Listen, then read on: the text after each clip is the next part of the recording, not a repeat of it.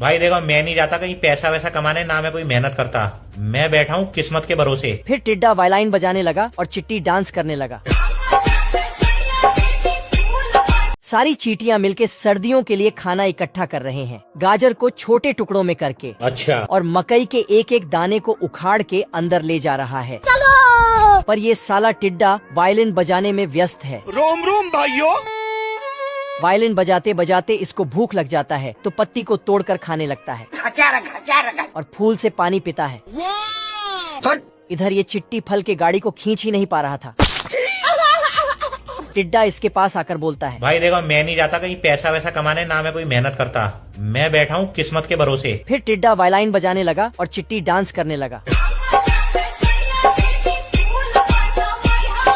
तभी इधर पुंगी बजता है क्योंकि चींटियों की रानी आ रही थी। रानी ने देखा एक चिट्टी नालायक टिड्डे का साथ मिलकर रील बना रहा है। चिट्टी वहाँ से भाग जाता है और अचानक इसके अंदर बाहुबली जैसा ताकत आ जाता है। रानी चिट्टी टिड्डे से कहती है कि सर्दियों के लिए खाना इकट्ठा कर लो और अपने लिए एक बड़ा सा घर बना लो।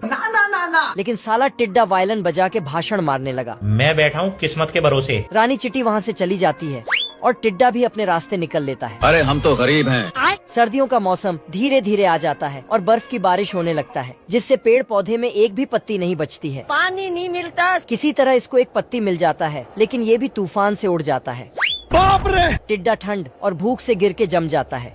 मर गया भैया। लेकिन किसी तरह चींटियों के घर के पास आके दरवाजा ठोकता है। कौन है बे? तो चिटियां इसे उठा के अंदर ले जाता है और गर्म गर्म पानी में बिठा के चाय पिलाता है। सॉरी। रानी चिटी इसका वायलिन दे देती है तो ये यहाँ से जाने लगता है। बेकार है भैया। पर तभी रानी बोलती है, तुम हमारे चींटियों के लिए यहाँ वायलिन बजा सकते हो।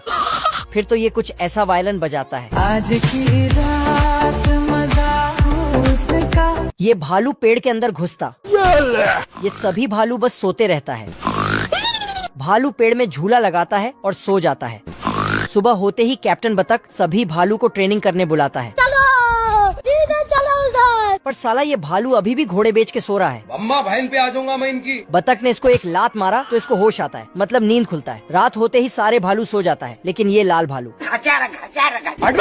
फिर खर्राटे लेने लगा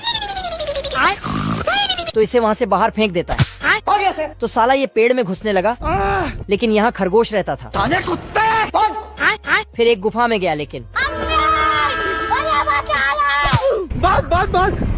इसने देखा बतख के घर में एक्स्ट्रा बेड लगा है, तो ये नींद में चलने का एक्टिंग करते हुए अंदर घुस जाता है। मुझे कुछ दिखाई नहीं दे रहा माँ। और बिस्तर पर आके पाँव पसार के लेट जाता है। बतख आके देखता है, उठ जा।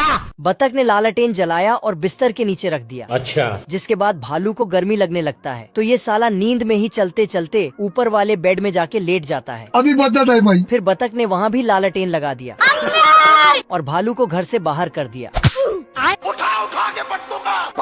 भालू के नाक में दरवाजे का शीशा लटक जाता है। बाप रे। नहीं। लेकिन उसे छुड़ाते छुड़ाते खुद ही अंदर आ जाता है। चल। बतख के डर से भालू जाके बाथरूम में छिप जाता है चाबी कहाँ है? और ठंड में नहा लेता है। हे प्रभु। अजीब जानवर है। हाय दैया। तभी फोन बजता है। बतख आके फोन उठा लेता है। आप कौन? कहाँ लगाया फोन? ठीक है भाई, मैं चलता। फिर आके देखता, नहीं सारुण के यहाँ कुछ तो गड़बड़ है। साला भालू जहाँ भी जाता कुछ न कुछ गड़बड़ कर ही देता है। अरे नहीं भाई। आखिर में ये पकड़ा जाता है। उसके बाद तो